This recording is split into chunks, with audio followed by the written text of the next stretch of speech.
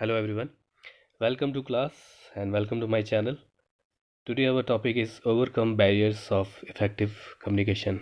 In previous class we have studied what is barrier of effective communication कि barriers क्या होते हैं. हमने ये देखा था कि barriers जब हम communication करते हैं तो वो कौन सी रुकावटें होती हैं जिसकी वजह से हम अपने communication को effective तरीके से रिसीवर तक नहीं पहुंचा पाते. आज हम पढ़ेंगे कि उन बैरियर्स को किस तरीके से हम ओवरकम करते हैं या कम करते हैं. तो चलिए स्टार्ट करते हैं आज का सेशन. पहला है क्लेरिफाई आइडियाज़ बिफोर कम्युनिकेशन. जी हाँ, सबसे पहला है कि communication should be very clear in his mind about what he want to say. जो भी सेंडर है सबसे पहले उसको ये क्लियर होना चाहिए कि वो किस टॉपिक के बारे में बात करने वाला है या कम्युनिकेशन करने वाला है. He should know the object of the message and therefore he should arrange his thoughts in a proper order. उसको ये पता होना चाहिए सेंडर को कि मैंने किस टॉपिक के बारे में बात करना है और एक पूरा प्रॉपर तरीके से जो भी उसने टॉपिक्स बोलने हैं या थॉट्स बोलने हैं या मैसेजेस जो भी हैं उसका एक प्रॉपर ऑर्डर में रखना चाहिए जिससे कि एक प्रॉपर तरीके से कम्युनिकेशन हो सके. और ऑडियंस को पहले ही टॉपिक के बारे में क्लियर करना कि वो किस टॉपिक के बारे में कम्युनिकेशन करने वाला है. नेक्स्ट है communicate according to the need of the receiver.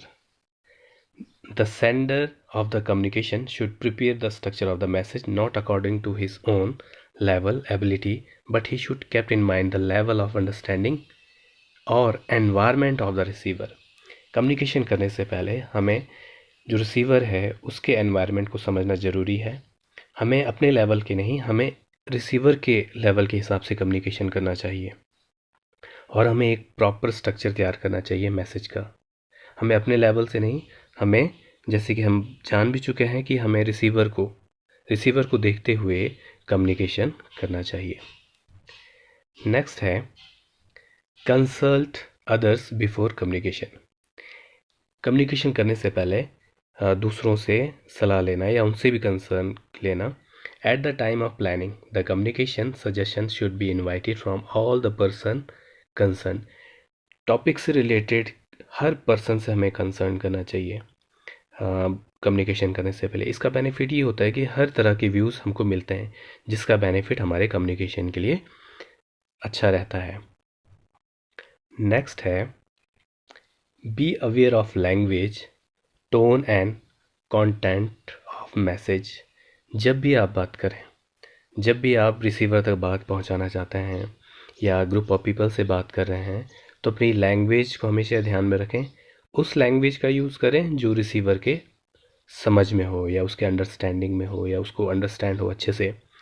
और कुछ फैक्ट हमेशा आपके मैसेज में होना चाहिए, कम्युनिकेशन में होना चाहिए और वो बिल्कुल क्लियर और ब्यूटीफुल लैंग्वेज में होना चाहिए. मीन्स सीधे शब्दों में और सिंपल लैंग्वेज यूज़ करना चाहिए.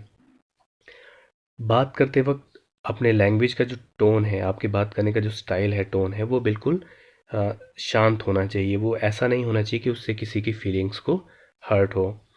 मैसेज ब्रीफ बिल्कुल संक्षिप्त, ज़्यादा लंबा नहीं होना चाहिए और कुछ टेक्निकल वर्ड्स नहीं होने चाहिए.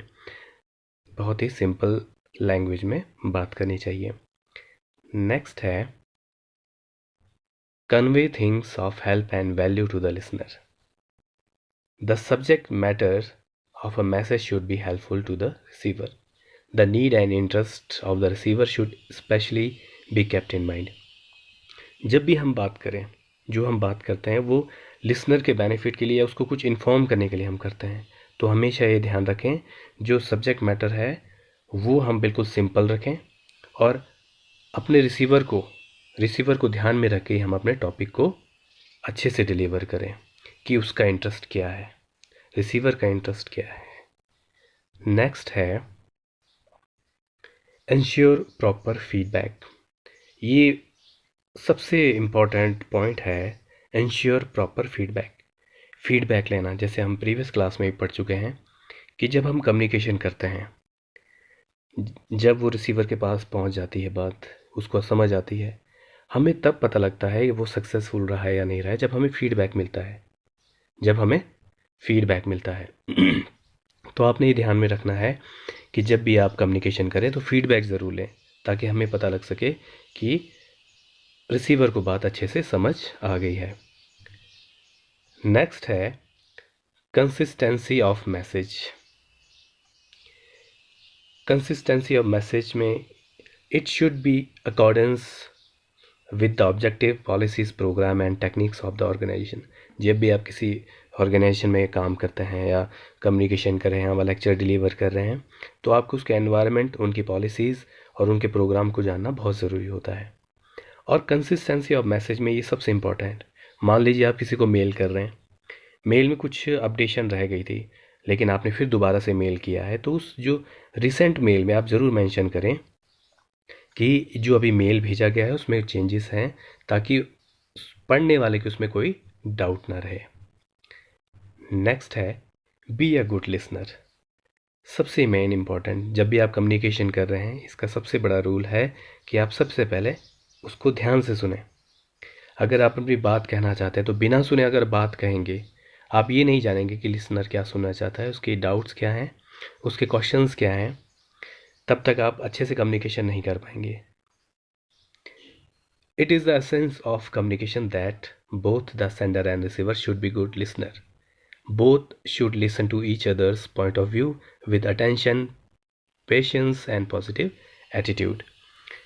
जब भी कम्युनिकेशन करें तो बिल्कुल ध्यान से पहले बातों को सुने, फिर अपनी बात बोलें। ये सेंडर को भी ज़रूरी है और रिसीवर एंड से भी ज़रूरी है, ताकि वो बिल्कुल अटेंशन रहें कि अब मैं क्या कहना चाहता हूँ या अब मुझे क्या कहना है। The sender can receive much relevant information by being a good listener. Sender एक अच्छा सेंडर स्पीकर तभी बन सकता है जब वो अच्छा गुड लिसनर हो। तो ये